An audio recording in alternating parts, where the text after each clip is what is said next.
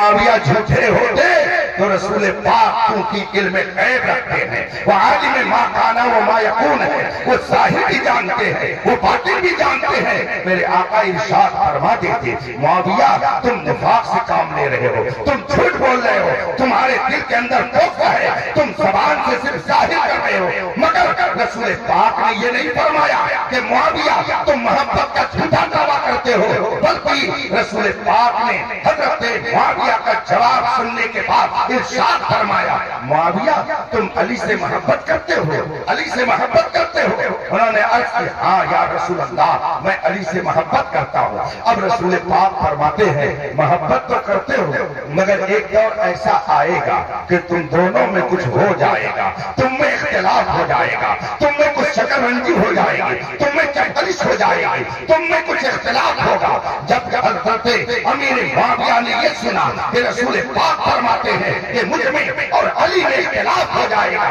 حضرت معاویہ فوراً عرض کرتے ہیں یا رسول اللہ جب ہم میں اور ان میں اختلاف ہو جائے گا پھر اس کے بعد میں کیا ہوگا؟ اس کے بعد میں ہم کو کیا کرنا ہے؟ ہمارا کیا انجام ہوگا؟ ہمارے اور ان کے درمیان جب اختلاف ہو جائے گا تو پھر کیفیت کیا ہوگی؟ ہمارا انجام کیا ہوگا؟ اللہ کے رسول نے یہ نہیں فرمایا کہ تم منافق کہلاؤ گے، تم منافق ہو جاؤ گے، تم جہنمی ہو جاؤ گے، معاذ اللہ رب العالمین۔ رسول پاک نے ارشاد فرمایا کہ دونوں کے درمیان ہوگا کچھ نہ کچھ ضرور، مگر اس کے بعد پھر کیا ہوگا؟ اللہ کے رسول نے فرمایا، حدیث کے کلمات ہیں اطع اللہ و غفرانہ، اطع اللہ و غفرانہ۔ رسول پاک نے ارشاد فرمایا کہ جب تم دونوں میں اختلاف ہوگا اس کے بعد اطع اللہ، اللہ تبارک و تعالیٰ کی طرف سے تمہارے لیے معافی کا پروانہ آ جائے گا اور اللہ مغفرت فرما دے گا۔ رسول پاک نے خود فرمایا اختلاف ہوگا، اور رسول پاک ہی نے فرمایا کہ تم دونوں میں جب اختلاف ہوگا اور کچھ باتیں ہو جائیں گی تو اللہ تعالیٰ کی طرف سے تمہیں مغفرت کا پروانہ مل جائے گا، اللہ تمہیں معاف کر دے گا۔ جب خود رسول پاک فرماتے ہیں کہ رب تمہاری مغفرت فرما دے گا تو بتائیے آج کون امتی ہے کہ جو رسول پاک اس قول کی تردید کرے اور کہے معاویہ سے ہمارا کیا رشتہ؟ صحیح بات یہ ہے جس کا رسول سے رشتہ ٹوٹ جاتا ہے اسی کے صحابہ سے بھی رشتہ ٹوٹ جاتا ہے۔ نعرہ تکبیر، نعرہ رسالت، مسلک اعلی حضرت، عظمت صحابہ کرام۔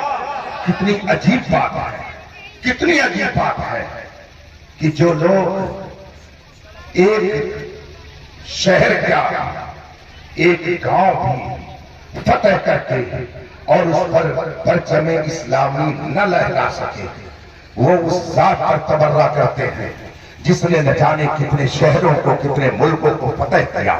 حضرت امیر معاویہ وہ ہیں کہ جن کے زمانے میں عہد حکومت میں بڑے بڑے شہر فتح کیے گئے، بڑی بڑی سلطنتیں خوف آتی تھی۔ تاریخ الخلفاء امام جلال الدین سیوطی علیہ رحمت و رضوان کی بڑی مستند و معتبر کتاب ہے۔ تاریخ الخلفاء میں امام جلال الدین سیوطی فاروق اعظم رضی اللہ تعالی عنہ کا ارشاد نقل کرتے ہیں کہ حضرت سیدنا عمر فاروق اعظم رضی اللہ تعالی عنہ نے ایک موقع پر ارشاد فرمایا، اے مکے کے اور مدینے کے لوگوں، مسلمانوں، تم لوگ قیصر و کسریٰ کا ذکر کرتے ہو، قیصر و کسریٰ کے روب و دبدبے کا ذکر کرتے ہو کہ وہ بڑے روب والے تھے، بڑے دبدبے والے تھے۔